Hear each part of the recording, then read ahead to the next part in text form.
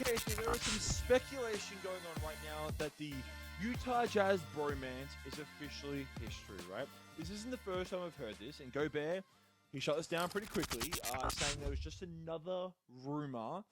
But we've seen this show now. We've seen this show now for 5 years. Donovan is going to start next season as a 26-year-old. Gobert will be hitting the 30 mark. We've got two 50-win seasons, five playoff trips, and two conference semifinals appearances. Never reached the conference finals. Never felt like a team that was going to make the conference finals or in contention to actually do anything, right? 5 years, though. In 5 years, it's a pretty significant sample size in the NBA, in the very growing, fast-moving NBA, of what a duo can do.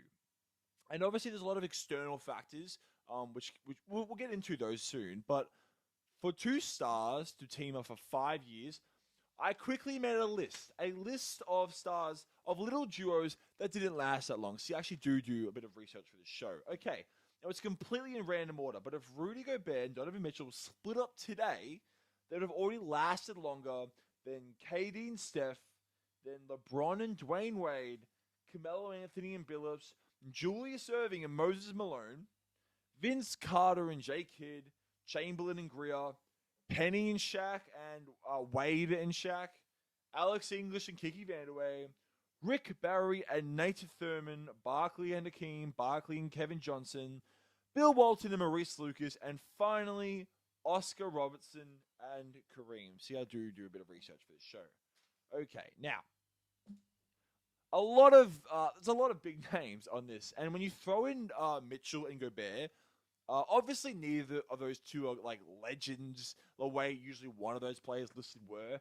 And to be fair, I'm starting this at Mitchell's rookie season, but that just happened to be one of their most successful seasons together at all in general. In the postseason, they beat the Thunder, led by the MVP Russell Westbrook. Mitchell averaged 29 and 7 that series. Like it was one of their most successful seasons. So.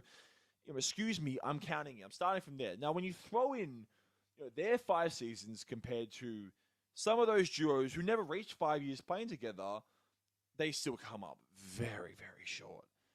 Because those guys, you knew it was special right away. You might not have known how long they would have played together for, but you knew it was special. They had that stylistic compatibility, that it factor. You just kind of knew it. For Rudy Gobert and Donovan Mitchell, they don't. They don't have that. They're labeled as a good regular season team, a team that plays good, hard defense, led by an offensively limited center and a small, athletic guard who can't defend and is not a great playmaker. A guy who got outplayed by Jalen Brunson is not the best franchise guy. But this is what Utah do, right? This is what they always do. They build around two guys like Stockton and Malone or Deron Williams and Boozer, and they go to the playoffs every year.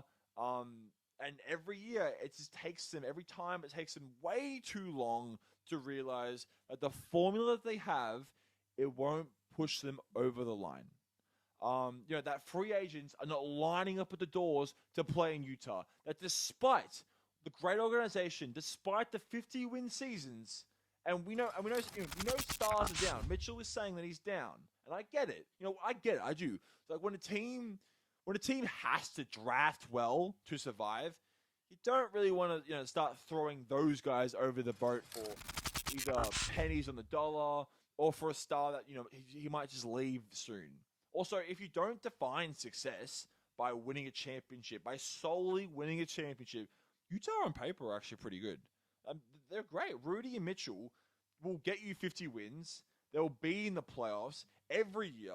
Always, Utah are always in the top half of attendance. That's pretty good. It's pretty good. But it is knowing something's pretty good. That it can be improved by an external free agency splash that you don't really have much to do with. Is that good enough not to mess with the roster? I say no, because stagnation, it's failure, and especially in this league. And the way the Utah organization chose to just run it back last season, as if they had this grandest ceiling, it's absurd. You have to be moving So, like, what do they change?